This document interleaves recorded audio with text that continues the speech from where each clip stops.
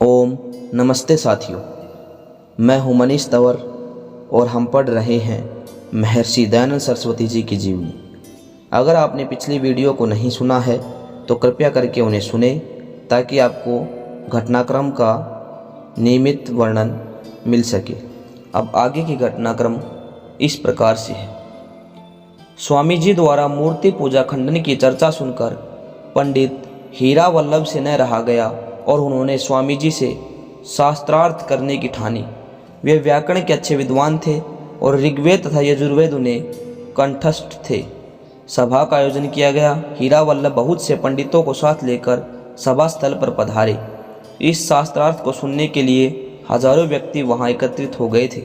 हीरा वल्लभ शास्त्रार्थ स्थल में अपने साथ कई मूर्तियां लेकर गए। उन्होंने उन मूर्तियों को मंच पर रखा और घोषणा कर दी कि मैं अपने तर्कों और प्रमाणों के द्वारा साकार ब्रह्म की उपासना सिद्ध करके मंच से उतरूंगा। मूर्ति पूजा के संबंध में यह वाद विवाद 6 दिनों तक निरंतर चलता रहा। हीरा वल्लभ भी संस्कृत भाषण में पारंगत थे, परंतु स्वामी जी के वैदिक प्रमाणों और पांडित्यपूर्ण तर्कों से उनके पैर उखड़ गए। उन्हें स्वामी जी के प्रश्नों का कोई उत्तर न सूझा। अंत में उन्होंने स्वामी जी के पक्ष को सत्य कहकर सभी मूर्तियों को गंगा में भेंट कर दिया। शीत निवारण में योग का प्रभाव व अभ्यास। उतरते माह के शीत भरे दिन, हल्की पुरवैया के शीतल झोंके, रात का दूसरा पहर और गंगा के किनारे की ठंडी रेत, उस पर लंगोटी लगाए पद्मासनस्थ साधना सिद्धि में संलग्न ऋषि दयानंद। तभी बदायूं के कलेक्टर अपने एक पादरी मित्र के साथ आखेट के लिए उधर आ निकले।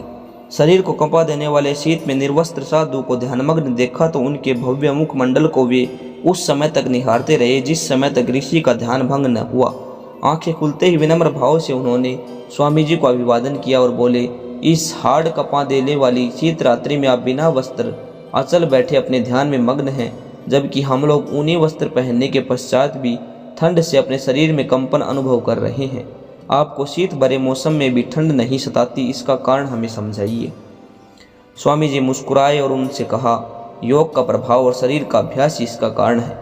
जिस प्रकार आपने इस शीत में भी गर्म वस्त्रों से अपना मुख नहीं ढांपा फिर भी उसे ठंड नहीं लगती, इसीलिए कि मुख को शीत सहने का अभ्यास हो गया है, इसी प्रकार मेरे शरीर को शीत सहने का अभ्यास हो गया है। इससे आगे हम पढ़ेंगे अहम ब्रह्मास्मि का तर्कसंगत प्रतिवाद। स्वामी जी कर्णवास से चलकर चासी गांव के समीप गंगा किनारे कुटिया बना एकांत निवास करने लगे। आसपास के ग्रामीण ही स्वामी जी के भोजन की व्यवस्था करते और धर्मलाभ उठाते। खंदोई गांव समीप ही था। उस गांव का निवासी छत्र सिंह जाट उनकी सेवा में श्रद्धाभाव से आता था, परंतु वह पक्का नवीन वेदांती था। ब्रह्म के अतिरिक्त पूरा जगत मिथ्या है यही कहता, अहम ब्रह्मास्मि की रट लगाता। एक दिन इसी सिद्धांत की पुष्टि करने में वह लगा रहा। स्वामी जी पहले तो सुनते रहे, फिर उन्होंने थोड़ा सा आगे झुककर उसके गाल पर चपट लगा दी। वह तिलमिला उठा और बोला, आप जैसे विद्वान संत को ऐसा आसन करना शोभा नहीं देता। स्वामी जी मुस्कुराकर बोले, चौधरी साहब, आपके मतानुसार ब्रह्म ही सत्य है और वह आप हैं ही, फिर थप्पड़ मारने वाला कौन है?